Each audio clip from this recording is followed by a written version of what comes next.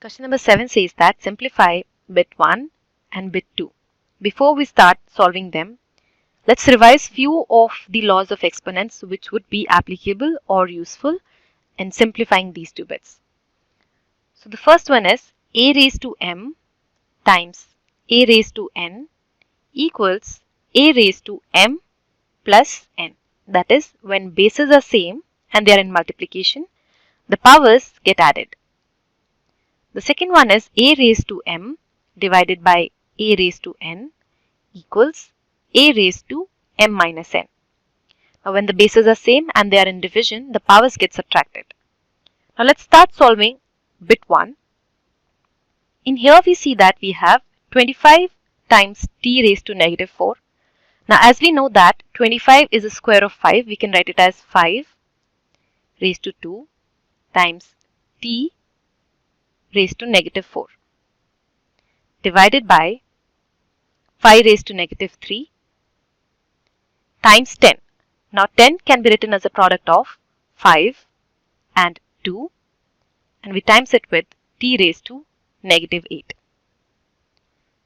Now we get that as 5 raised to 2 times t raised to negative 4 times, as we have t raised to negative 8, the bases are same, so when it goes to the numerator, the power will become positive, so that it becomes simpler for us to simplify.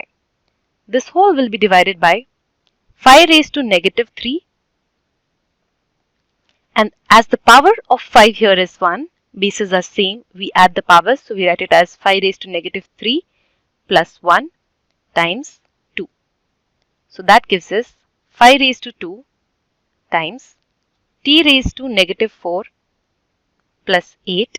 As the bases are same and are in multiplication, the powers get added, and that is divided by 5 raised to negative 2 times 2. Now we can see here 5 raised to 2 is divided by 5 raised to negative 2. The bases are same, so we will subtract the powers.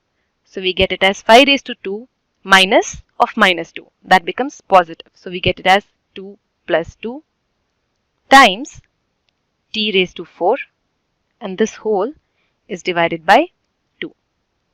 So on addition, we get the power of 5 as 4. So that is 5 is multiplied to itself 4 times, and so we get that as 625 times t raised to 4, and this whole is divided by 2.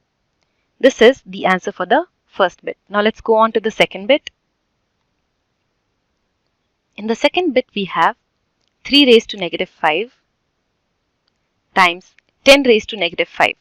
Now 10 raised to negative 5 can be written as 2 times 5 whole raised to negative 5, as 10 is a product of 2 and 5, times 125, which is a cube of 5, so we can write it as 5 raised to 3, divided by 5 raised to negative 7 times 6 raised to negative 5. Now 6 can be written as a product of 2 and 3, so we write it as 2 times 3 whole raised to negative 5.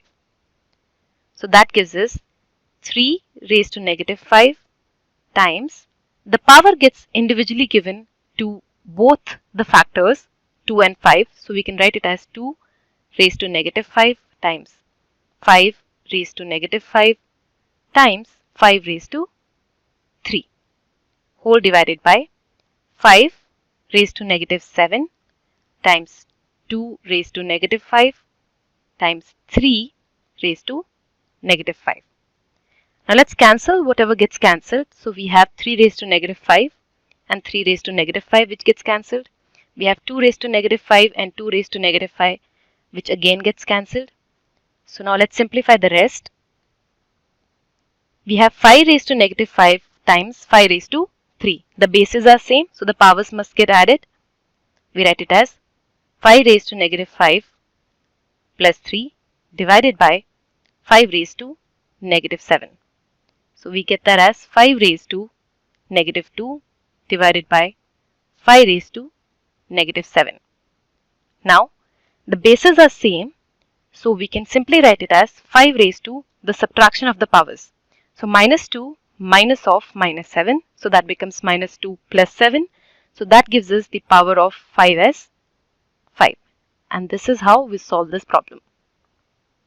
To know more about how QMath can help you become a master of math, explore QMath Leap, a live online classroom program taught by highly experienced and committed teachers.